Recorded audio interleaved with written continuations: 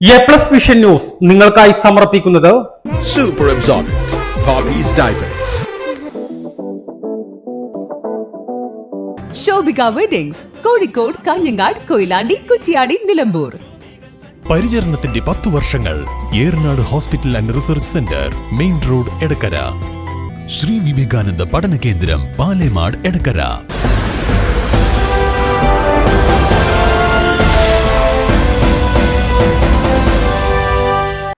രാഷ്ട്രീയ അഭയം നൽകിയ വയനാടിനെ രാഹുൽ ഗാന്ധി വഞ്ചിച്ചുവെന്ന് CPI നേതാവ് ES ബിജിമോൾ. ചാലിയാർ പഞ്ചായത്തിൽ സത്യൻ മുഖേരിയുടെ തെരഞ്ഞെടുപ്പ് പ്രചരണ പരിപാടിയുമായി ബന്ധപ്പെട്ട കൺവെൻഷൻ ഉദ്ഘാടനം ചെയ്ത് സംസാരിക്കുകയായിരുന്നു അവർ. അമേഠിയിൽ പരാജയ സാധ്യത മുന്നിൽ കണ്ടാണ് പാർലമെന്റിലെത്താൻ വയനാട്ടിൽ രാഹുൽ ഗാന്ധി മത്സരിച്ചത്.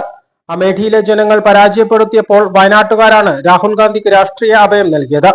വീണ്ടും വയനാട്ടുകാർ വിജയിച്ചപ്പോൾ MP സ്ഥാനം രാജിവെച്ചത് മറ്റ് എവിടെ നിന്നാലും പെങ്ങൾ പരാജയപ്പെടുമെന്ന് അറിയാവുന്ന രാഹുൽ ഗാന്ധി വയനാട്ടിൽ അവസരം ഒരുക്കാനാണ് വയനാട്ടിനെ ഉപേക്ഷിച്ചത്. പ്രിയങ്ക ഗാന്ധിയെ MP ആക്കാൻ വേണ്ടി വയനാടൻ ജനതയെ മറ്റൊരു തെരഞ്ഞെടുപ്പിലേക്ക് തള്ളിവിട്ടെന്നും ES ബിജിമോൾ പറഞ്ഞു. റായ്ബറേലിയിൽ ജയിച്ച് എങ്ങനെയാണെന്നൊക്കെ ഇരിക്കട്ടെ, തെരഞ്ഞെടുപ്പിൽ റായ്ബറേലിയിൽ നോമിനേഷൻ കൊടുക്കുമെന്ന നല്ല ഉത്തമ ബോധ്യമുണ്ട്. എന്തെങ്കിലും ഒരു മര്യാദ ഉണ്ടെങ്കിൽ അബിഹാർജിയെ പോലെ എത്തിയതല്ലേ കഴിഞ്ഞ തെരഞ്ഞെടുപ്പിൽ. 2 മണ്ഡലത്തിൽ തോറ്റിട്ടാ വയനാട്ടിലേക്ക് വരുന്നത്. അമേഠിയിലും റായ്ബറേലിയിലും മത്സരിച്ചു. ആ 2 പാർലമെന്റ് മണ്ഡലങ്ങളിലും തോറ്റു.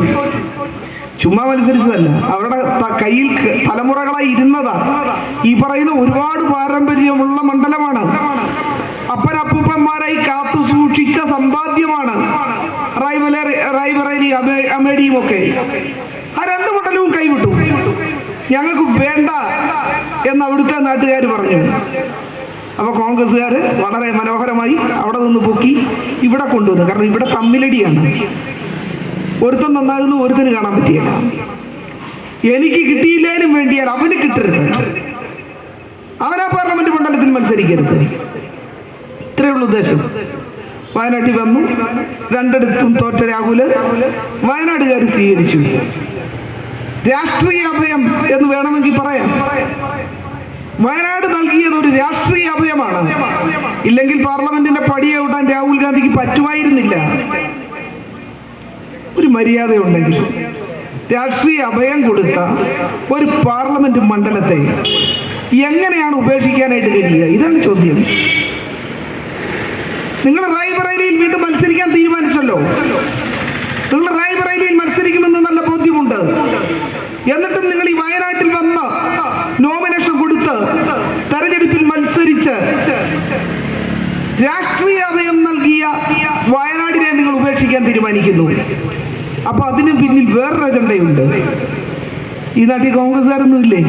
ഓക്കെ, ഒരു പഞ്ചായത്ത് തെരഞ്ഞെടുപ്പിൽ പോലും മത്സരിക്കാത്ത, രാഷ്ട്രീയത്തിൽ ഒരു പാർലമെന്ററി രാഷ്ട്രീയത്തിലേക്ക് വരാൻ താല്പര്യമില്ലാതെ മാറി നിന്നയാളാണ് പ്രിയങ്ക ഗാന്ധി.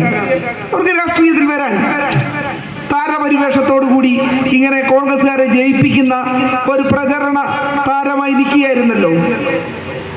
പക്ഷെ അവർക്കറിയാം പ്രിയങ്ക ഗാന്ധി വേറെ എവിടെ പോയി മത്സരിച്ചാലും ജയിക്കില്ല എന്ന നല്ല ഉറപ്പുണ്ട്.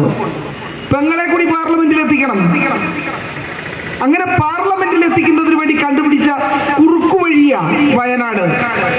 നമ്മൾ കാണുമ്പം അത്ര നിസ്സാരമെന്ന് തോന്നുമെങ്കിലും അതത്ര നിസ്സാര കാര്യമല്ല. ഒരു പാർലമെന്റിലേക്ക് വളരെ സുരക്ഷിതമായി പെങ്ങളെ എത്തിക്കുന്നതിന് ആങ്ങളെ പയറ്റിയ തന്ത്രം എന്നുള്ള നിലയിലാണ് ഈ വയനാട് പാർലമെന്റ് മണ്ഡലത്തിലും റായ്ബറേലിയിലും മത്സരിക്കുകയും റായ്ബറേലിയും വയനാട്ടിലും ജയിച്ച രാഹുൽ ഗാന്ധി വയനാട് ഉപേക്ഷിക്കുകയും റായ്ബറേലി നിൽക്കാൻ തീരുമാനിക്കുകയും ചെയ്തത്.